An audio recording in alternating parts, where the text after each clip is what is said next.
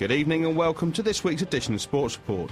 On tonight's programme, we'll be catching up with pool, darts and tenpin bowling, who've all had National Day competitions over the course of the past week or so. We'll also be talking futsal with both vets and seniors busy at the Bayside Complex on Sunday, and I'll be looking ahead to the NatWest Triathlon, which takes place in a couple of weeks' time. I'll also be rounding up the rest of the rock sporting news at the end of the programme. We start with darts and pool, as Richard reports. With National Day now out of the way, the weekend saw both darts and pool hold their respective annual National Day trophy competitions. The pool event attracted 18 entries to the association's premises for a full day of matches. After around 5 hours of play, it was Calvin Jurians who claimed the top spot, whilst Justin Collado finished second and Nicky Correa third. Well, with the under-15s and the under-18s being held last week, it wasn't a bad turnout. It could have been better. We had Jonathan Baer who won the under-15s with Sean Malban coming in second, and then Ethan Hurd won the under-18s with Jonathan Baer coming in second. So Jonathan did a brilliant performance.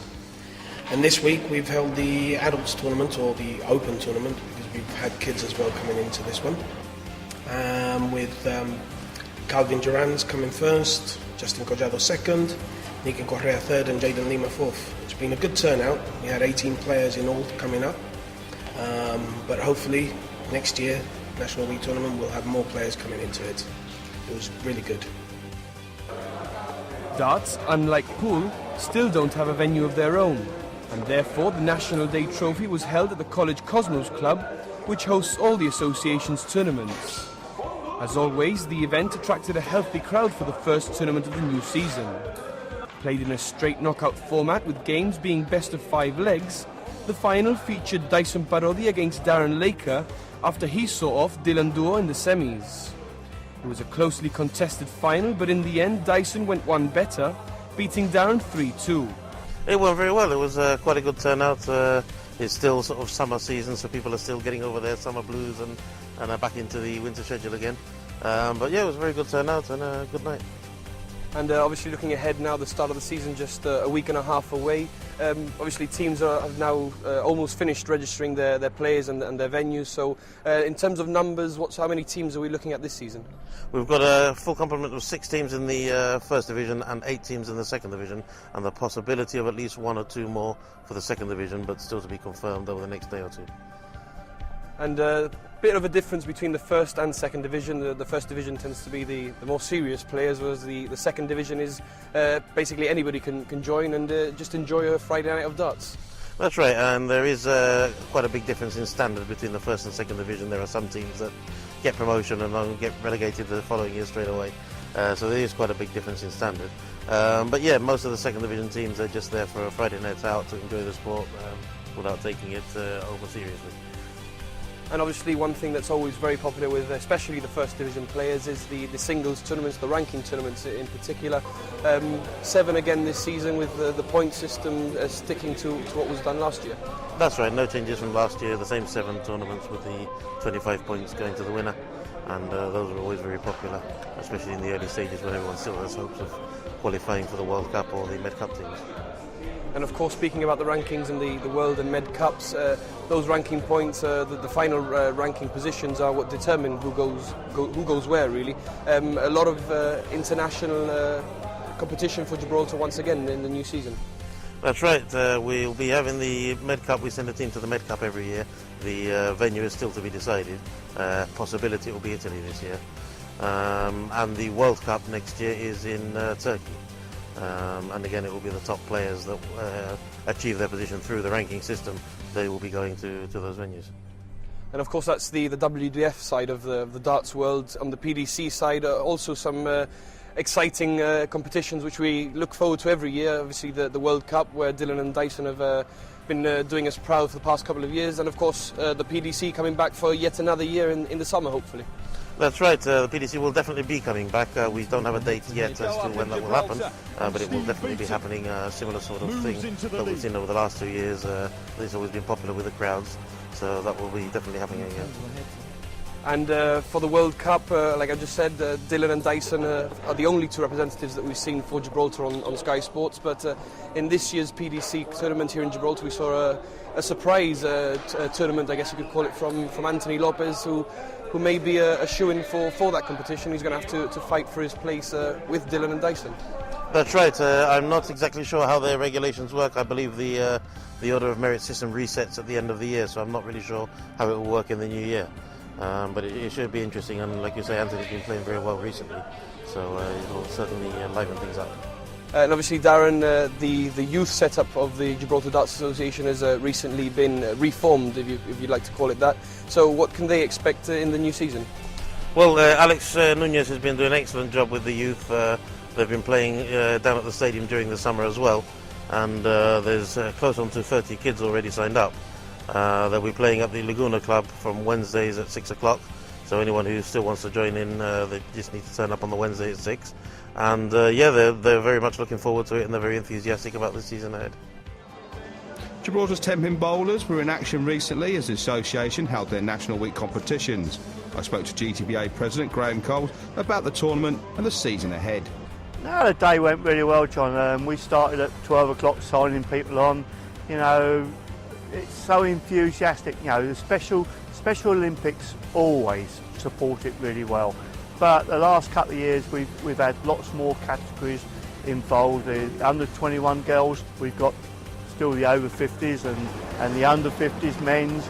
You know, but the Special Olympics and that, they're there. You know, before they was actually flying out to Belgium 2 days later, but they still turned up in force and that, and it's really great to see that.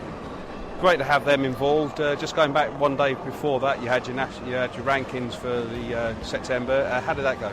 Well, the rankings for September, unfortunately went in the normal way. Adam again showed that he's still the top bowler in Gibraltar, but he was strongly contested by Michael Will and Graham Coles, but obviously myself. But he knows that we're still there.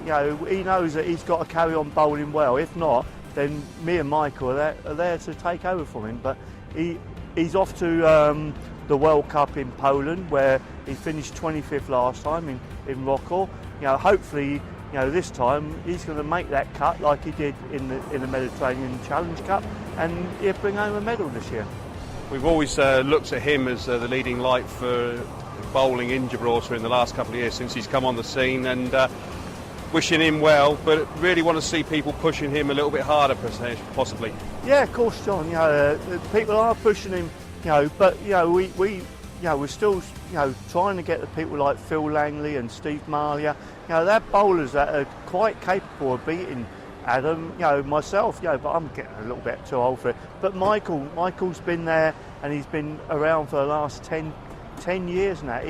He needs to get his game together and sort out his arm, and I'm sure that guy can actually push Adam even more than the older people.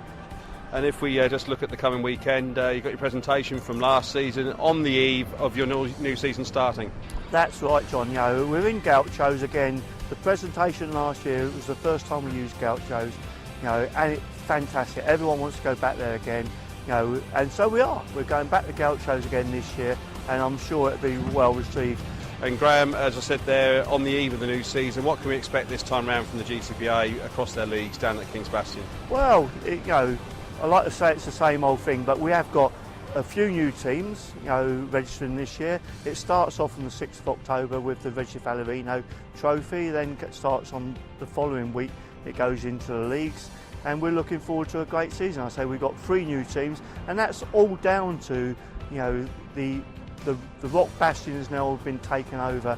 Sorry, the King's Bowl has been taken over by the Rock Bastion. The prices have come down. The bowling for the youth and younger people there have now come down, and I'm seeing a lot more youth in the bowling alley than what I ever have done. Hence why I believe that Adam now has got a lot more people on Sunday morning or Sunday afternoon wanting to be coached by him. And please come down. We've still got time to put new teams in, so we're there. You want to bowl for enjoyment, come down to the King's Bowl. And finally, we've already mentioned the international participation by Adam, but will we be likely to see the Rock Masters and the Senior Tour back on the Rock in the coming months? Well, the Rock Masters is on a tripartite agreement. You know, it's on a rolling 3-year tournament. So for the next 3 years, it's definitely be there. As for October, we've got the October Open by the European 10-pin Bowling Federation. That at the moment, you know, it's the first year that we're going to hold it. You know, who knows? You know, we've got plenty of things planned. That they want to bring over the England bowlers in January to practice in Gibraltar. You know, if they just want to practice before they go to any world tournament, they want to bring them over because it's such a great place to have bowling in Gibraltar. They want to bring them over here to practice their bowling before they go off to any tournament in the world. What great respect for Gibraltar is that? That's all for part one. After the break, we'll be talking futsal and triathlon and rounding up the rest of the Rock sporting news.